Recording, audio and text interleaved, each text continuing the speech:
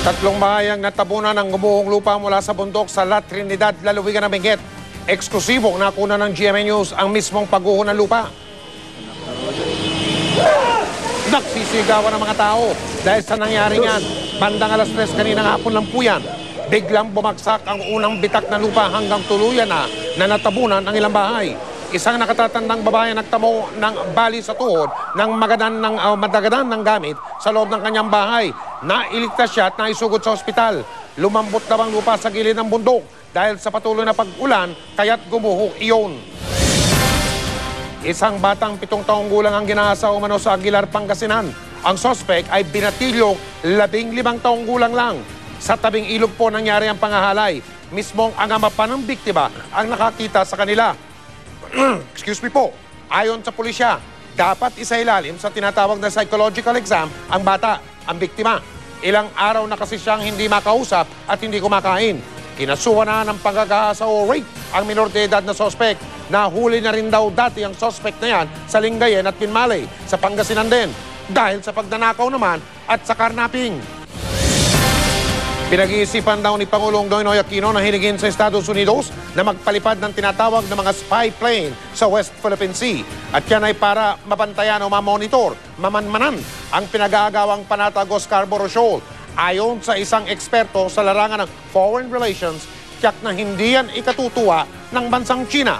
Nakatutok si Marisol Abduraman. We might be requesting overflights of that. That doesn't preclude us. We don't have aircraft with those capabilities. Gayunman, ayon sa Pangulo, hindi raw dapat maalarma ang China sa gagawing monitoring ng Pilipinas, lalo't nais ng pamahalaan na pahupayan ang tensyon sa Panatag Shoal. Does the Philippines have a capacity to become an aggressor? And by any stretch of the imagination, the Philippines does not have. So why should it upset a superpower? If we're all reasonable. Wala raw nakikitang masama ang DFA sa naging pahayag ng Pangulo dahil bahagi lang daw ito ng tinatawag na sovereign prerogative at hindi rin daw ito makakadagdag ng tensyon sa lugar. We're just monitoring what is happening in our areas, in our territory, in our EEZ, and that's part of the prerogative of our country. Ayon pa sa DFA, matagal na ring tumutulong sa Pilipinas ang Amerika. Gayunman nilinaw ng Presidential Communications Development and Strategic Planning Office Secretary Ricky Carandang, wala pa raw pinaladesisyon dito ang Pangulo. Pero para sa isang foreign relations expert, hindi raw ikatutuwa ng China ang mga naging pahayag ng Pangulo. I would feel bad. I would resent it. Kala ko ba mag-uusap tayo? Bakit takbo kayo ng takbo sa mga Amerikano? You don't announce those things. What if the Americans told us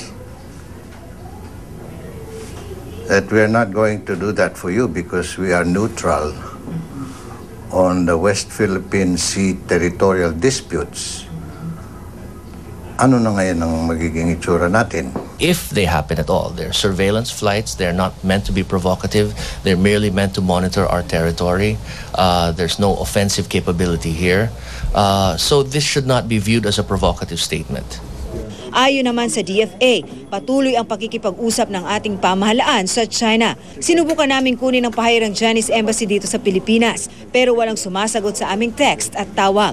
Nauna nang sinabi ng China na ayaw nilang manghimasok ang ibang bansa sa usapin sa West Philippine Sea.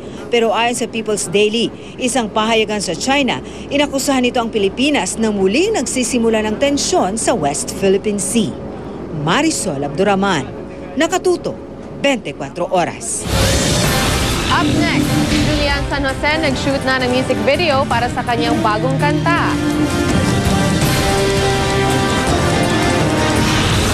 At sikat na Korean pop group na Super Junior, bakit kaya kabado sa paglabas ng kanilang bagong album? Non-stop ang pagtutok dito sa 24 oras.